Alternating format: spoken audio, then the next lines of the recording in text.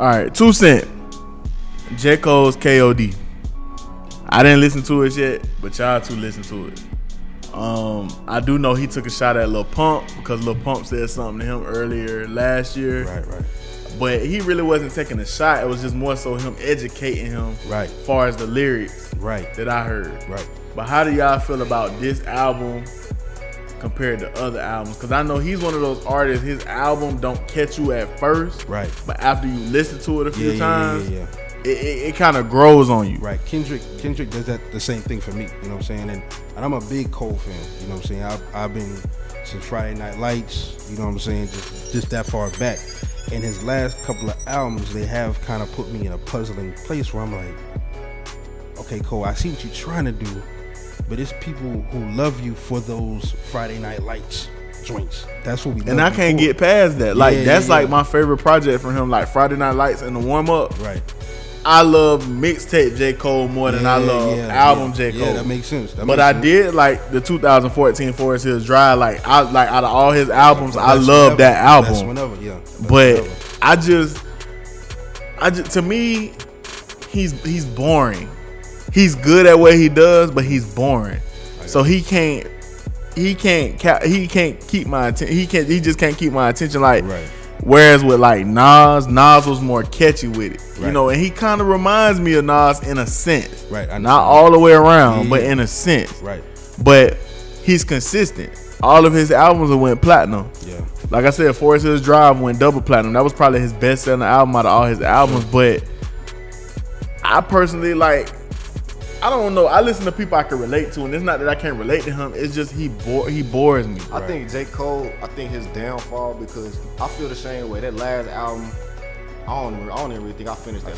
For Your Eyes Only or something like that. Yeah. I don't think I finished that. And then with this album, like, it started off real slow, and then it got up tempo, and you know with J. Cole, you got to be in the mood for J. Cole, and I think we feel like he's boring because we live in an era with turn up music. Right. And that's true. You got to think too, with Kendrick, To Pimp a Butterfly, you got to be in the mood to listen to that. Yeah. But he talking real shit on there.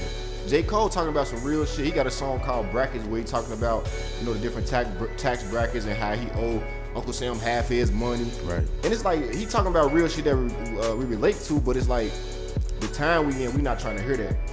And the thing about J. Cole, I feel like he make timeless music. 10 years down the line, we're gonna be able to listen to that. We're gonna be like, we're gonna appreciate that. Because more than likely the time's probably gonna change back. That's them 20-year-olds now who don't care. They're gonna be 30 in 10 years. And think about what Kendrick did, even what Kendrick did with Damn. Kendrick played the game with Damn. He went back to them turn up type beats, them turn up type lyrics, but he was still talking his same shit. Right. So J. Cole might just really need to switch up his beat selection. I Because agree. I think that's really where he lacking at his beat selection. We look, like you say, it's boring, and it's boring because of the beats. If the beat was turned up, J. Cole still talking the same shit. Right. Yeah. Kendrick was talking the same shit. He just changed his beat selection. That's true. Yep. So let me ask y'all a question. I didn't listen to the last album. I know what Born Sinner was all about. I knew what Cold World was all about. And like I said, Forest Hills Drive was probably the only album that really caught my attention.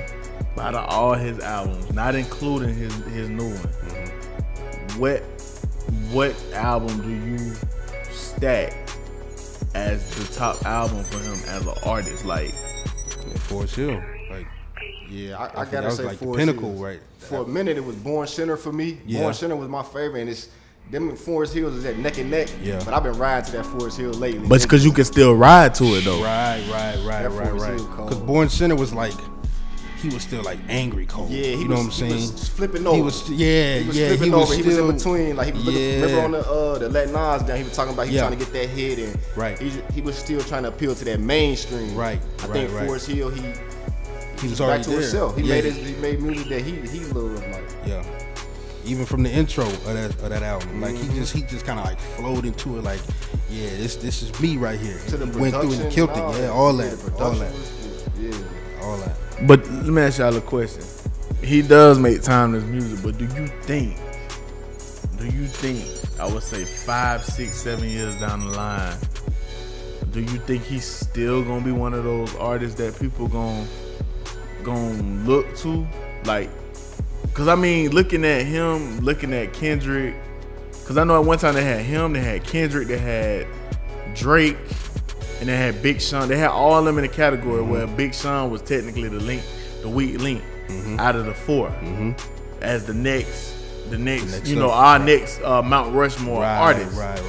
So, do you think 6-7 years down the line, are we still gonna look at him as being that? Because Big Sean is out of the question. He made hits, but it's not that Mount Rushmore that we thought from the beginning. For sure. So, do you think that J. Cole still gonna be on that pedestal, or do you think it's just gonna be Kendrick and it's gonna be Drake? I think he gotta be up there, man.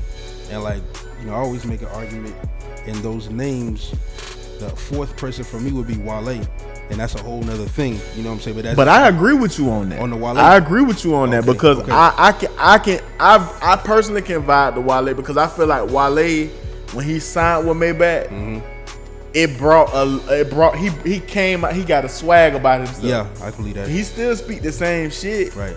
But he can make a hit now. Like Ross was like, okay, I see what you're doing, bro, but I need you to make a hit, right? Whereas with like a nigga like, I think Stally could have did the same thing, but I don't think Stally was into it like that. But okay, let me ask y'all this. And to answer the question about the J. Cole, I think J. Cole will be around just for the simple fact that people still talk about the Forest Hills Drive. That came out in 2014. It's 2018. The anticipation for J. Cole is still there. When J. Cole said he was dropping this, people was going crazy. So I think he's not really the person that's on social media that's doing all this extra stuff. And his music is still living. He's still selling, but see, he's still selling 1 million records hard copy. Exactly. We're not talking about streams. So he has a core fan base. So that means he has a core fan base. Right. So no matter what happens, like Currency has a core fan base. So he never has to appeal to the mainstream because he gonna make his money regardless. People gonna come to his shows, all that. And them but shows my question is this: what would y'all say is not mixtape, but what is Wale's classic album? That second one, the one he dropped with Maybach. Which one? Not Ambitions. Not Ambitions. You don't think it was Ambitions? I think it was Ambitions. Ambitions. Yeah. Oh, you talking about his classic second album? Right. Classic? Y'all would consider that a classic album? I mean, out of all his albums, I think it is a classic because his first one, it was not that it wasn't good. It just did. It was just boring. It was boring. And that's the thing with Wale with me. Like Wale hit or miss. My favorite Wale album is the one with Bad on It. Nah, I think is it More About Nothing? The one that got the song with Usher. Oh, and they got the white. So it must be the first. Is that the first one that he dropped, or was that a mixtape? Because the mixtapes, the mixtape About Nothing, that shit was hard. Yeah, that was a mixtape. He did make an album called More About Nothing. So then Ambitions is his third album then. No, Ambitions came out after Ambitions. Right. So Ambitions is the second. Okay. Okay. All right. To me, I feel like Ambitions is that. It's like there's still songs on there. If I turn them on right now, I'm gonna know all the words to for a Wale track. You know what I'm saying? And I like Wale, but there's just a lot of songs that I like. I don't know the words to. I throw that album on. I know a lot of those words. So to me, that's what Forest Hills Drive does for J. Cole. Right. You know all of those words. You know what I'm saying? You might know words on Born Sinner, and you might know a lot of. He used a lot of wordplay on that. So you might not have been able to catch it. But like Forest Hills Drive, he like slowed himself down, and now he lets us see him for who he is, and now we love who he is. But I don't know, because I agree with you on that. We got to know who he was, but I think Born Sinner had the most hits. What was the song with TLC? Yeah, Crooked Smile. Yeah. She got me up all night. Yeah. I can't. Oh yeah. That's got me singing a love song. He had that with Miguel, right? And he had some songs. I mean, it was some hits on there. He just got to get people. The thing is, he not one. He like Nas, like he don't like to have features on his album, but you don't carry that same strength, right? As Nas as far as like your hooks. And I think if he work on his hooks, I think people would appreciate his songs, man. I think that's his number one problem. He just have some corny ass hooks. That is a good point out, bro. And I never thought about it like that. But you saying it out your mouth, it made me revert back to a bunch of his hooks. I'm like, yeah, them joints is trash. I don't know if the production on the hook just wasn't that as full as the verses or whatever, but yeah, his hooks. His best hook was "Can I Hit It in the Morning?" Like that was the most. Yeah, but he was. But I think Drake had an influence on him for that. Though. That's why that happened. No, yeah, yeah. That vibe. Right. That vibe. Yeah.